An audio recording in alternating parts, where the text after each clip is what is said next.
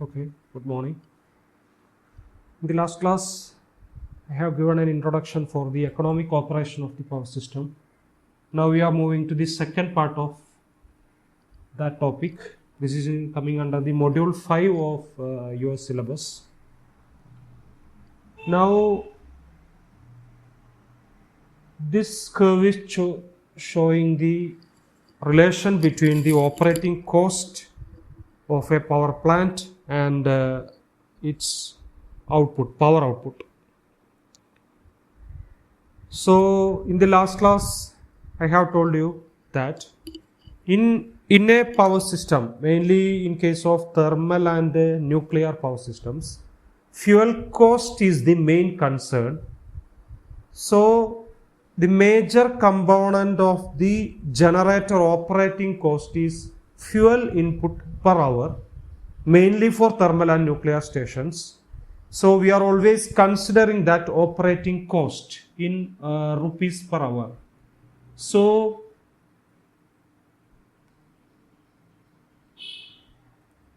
this is represented as the operating cost.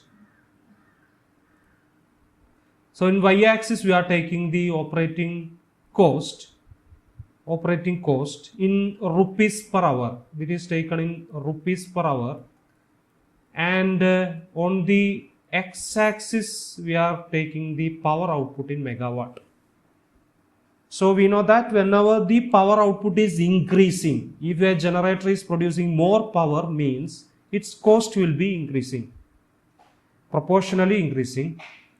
Now the main point you have to note down here is there is a limitation for this power output. There is a minimum and maximum for the power output generation. So this is a curve which is relating the fuel cost or operating cost in rupees per hour and the power output of a generator. Why these limits are there, that we already discussed. There are some constraints for the power generation in case of a power plant. Now from this curve we will be getting an equation which is connecting the fuel output and the fuel cost and the power output of a generator. So that equation is obtained from this curve, and the equation is given like this. We can say Ci or Fi is the cost fuel cost. We will be representing with the letter C or F of the ith plant. There are so many plants are there, power plants are there. Generally we are taking a plant, ith plant, and its cost equation is half into AI PGI square plus BI PGI plus DI rupees per hour, where the suffix I stands for the unit number. Here if it is for first plant, means C1 will be half into A1 PG1 square plus B1 PG1 plus D1 rupees per hour, like that it will come. Where PG, what is PG? PG is the power generation of the ith. PGI is the power generation of the ith plant. If it is first plant, means PG1, that is the power generation capability of the first plant. Now the slope of the cost curve. So this is in the fuel cost curve, we are taking fuel cost in the x-axis, y-axis, and power output in x-axis. Now what we are doing is we are just differentiating this fuel cost DC or DF with respect to DP, with respect to the power plant, power output. Then we will be getting the incremental fuel cost. So this term is known as incremental fuel cost. Slope of the cost curve DCI by DPGI is known as incremental fuel cost, IC. So what is incremental fuel cost? It is DCI by DPGI. It is expressed in units of, what is the unit of F, fuel cost, rupees per hour. Now it is DF by DP. So its unit will be what? This is rupees per hour. Its unit is rupees per hour, and the denominator unit is megawatt, because it is power generation. So its unit will become rupees per megawatt hour, and its equation will be IC equal to AI PGI plus BI. How we are getting? We are differentiating this equation. Half into AI PGI square. If differentiating with respect to PGI will give you AI into PGI plus BI. So this is the relation connecting incremental cost and the power output. Now we are drawing the incremental fuel cost on y-axis and power output on x-axis. You will be getting the earlier it was slightly a parabolic. This curve is parabola, and if we are differentiating that, we will be getting almost a straight line. Again, some variation is there. Some it will be somewhat looking like a parabola, but ideally it will be a straight line. This curve will be a straight line. Now here also we are having, so here what we are doing, what we are drawing, we are drawing the curve connecting incremental fuel cost on y-axis and the power output on x-axis. There is a limitation for the power output here, megawatt minimum and megawatt maximum. Now we have to find the condition how we can economically dispatch the load, economically distribute the load among the power units. Now we are considering that condition. How we are finding that condition? In the first case, there are two cases. In the first case, we are neglecting the line losses. That means we are having a generator, then a transmission line is there, then a load is there. We have to find the schedule of this generator. What should be the power generation here? And this load is having some demand, PD is having some demand.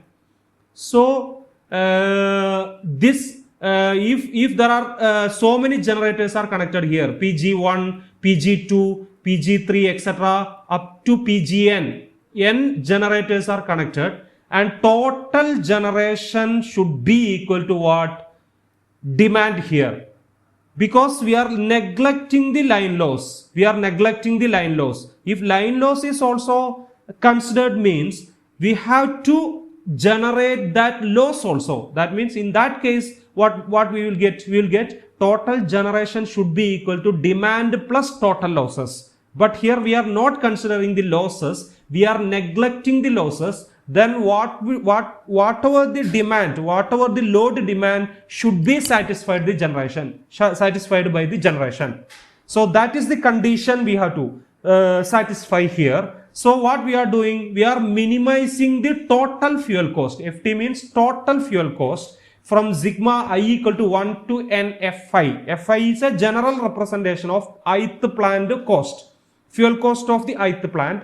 So we have to take all the plants, cost of every plant. That means F1, F2, F3, etc. up to Fn. If n generators are there, we have to take the cost of every generators. So this is the total fuel cost. Sigma I equal to 1 to n Fn. That means F1 cost of the first plant plus cost of the second plant plus cost of the third plant plus etc. up to n. So F1 plus F2 plus F3.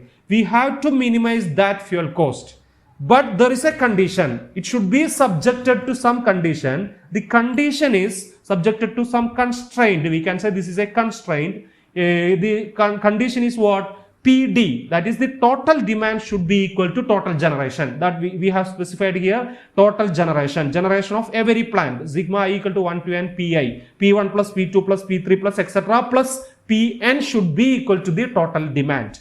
So this one can be written like this: PD minus sigma I equal to 1 to n Pi, which should be equal to 0. This is represented. This equation can be written like this also. So FD is the total fuel input to the system. Fi is the fuel input of the ith unit, not nth unit, ith unit. PD is the total load demand. Pi is the generation of the ith unit. So these things we have already explained. Now how we can find that condition? We know that we have to minimize something. How we will find the minimum value of any variable? We will be applying the method of differentiation. We are differentiating that variable, that quantity with respect to the variable. Here we have to minimize the FT, means we have to differentiate FT with respect to what? With respect to the variable. Here the variable is generation. So we have to differentiate total fuel cost FT with respect to the generation PG, P. So, but there is a condition. If there is no condition, we should not will not consider any restrictions or any constraints are not considered. But there is a condition for this. It is subjected to what? Demand should be equal to. In that cases, we have to apply the method of Lagrangian multiplier. There is you may be studied it earlier, Lagrangian multiplier. So by making use of Lagrangian multiplier, the auxiliary function is obtained as. So we are defining another function. That means actually we have to minimize Ft, but there is a condition, means we have to consider that condition also. So that condition is written with the help of Lagrangian multiplier. So lambda is Lagrangian multiplier. So our equation will become what? Ft plus what will be the condition? That will be the auxiliary function. That auxiliary function should be differentiated with respect to the variable. So that thing clearly you should understand. If there is no condition means which quantity to be minimized, that quantity is to be differentiated with respect to the variable. But here there is a condition, means we have to sum up those two. That means we have to take the sum of that quantity and the condition with the help of the Lagrangian multiplier. So this is our quantity to be minimized. This is Lagrangian multiplier and this is our condition. PD minus sigma I equal to 1 to n Pi. Totally this will be known as the auxiliary function, where lambda is the Lagrangian multiplier. Now differentiating F with respect to the generation Pi. So we are differentiating that and equating to 0 gives the condition for optimal operation of the system. Now what we are doing, we are taking dou F by dou Pi, differentiating with respect to Pi. So the first term will be what? Dou Ft by dou Pi plus, there is a plus sign, actually it is plus. So the first term will be what? Dou Ft by, we are differentiating this term, dou Ft by dou Pi plus second term lambda into, lambda will be coming outside, lambda is a constant. PD means this is a demand, means it is a constant. Demand of the load will be a constant. It is not dependent on the generation. So demand is a constant. According to demand, we have to decide the generation. Generation is variable, demand is constant. So if we are differentiating demand with respect to generation, means we will be getting 0 minus, and differentiating this quantity. What is this Pi sigma? Means P1 plus P2 plus P3 plus etc. plus P2 plus P3 plus etc. plus Pi plus etc. plus Pn. So if we are differentiating this with respect to Pi, means everything except to Pi will give a value of 0, partially differentiating. So this will give 0, this will give 0, because these powers are not varying with respect to Pi, but this differentiating Pi with respect to Pi will give you 1. So in this bracket you will be getting 0, means differentiating demand with respect to Pi will give you 0, and differentiating that Pi will give you a term minus 1. So 0 minus 1, or dou Ft by dou Pi minus lambda equal to 0.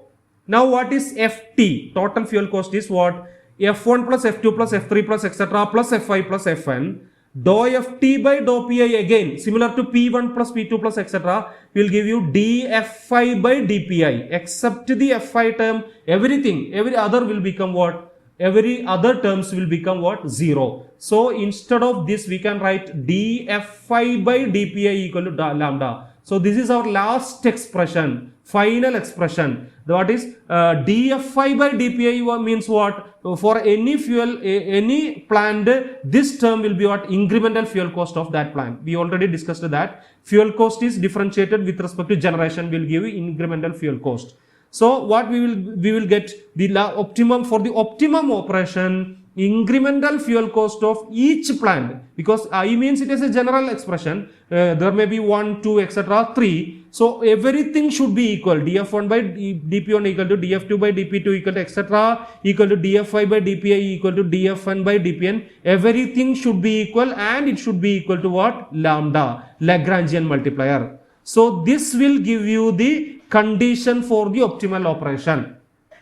So what you will get from the what is the significance? What is the significance of this expression? Now you are designing a power system, power plant. There are if 3 generators are connected to a bus. 3 generators are connected. We have to schedule. We have to find what will be the schedule. What will be the power generation of each plant. Now a load is connected to this bus. We are not considering the transmission line, and we are having a 150 megawatt generation. We require a demand of 150 megawatt. We know that P1, P2 and P3 are the power generation of these plants. P1 plus P2 plus P3 should be equal to what? P1 plus P2 plus P3 should be equal to 150. So this total generation should meet. So these 3 generation, sum of these generation should be equal to 150 megawatt. Now we have to find what will be the power generation of each plant. For that, what we have to apply this relation. That means incremental cost of each generators, that means df1 by dp1 equal to df2 by dp2 equal to df3 by dp3. So with that relation, we have to find the P1, P2 and P3. So that fuel cost equation will be given for you, or lambda, Lagrangian multiplier will be given, and from that you have to find P1, P2 and P3. It is not like we are equally distributing 50, 50, 50. Then it will not be an optimum operation. For the optimum operation, that means for the fuel cost to be minimum, we have to apply this relation, that is df1 by dp1 equal to df2 by dp3 equal to df2 by dp2 equal to df3 by dp3 equal to lambda. Lambda means Lagrangian multiplier, and solving this will give you the power generation schedule of each plant. So with this I am completing this this part of our this part of this economic operation, this module, and I will continue in the next class. Thank you.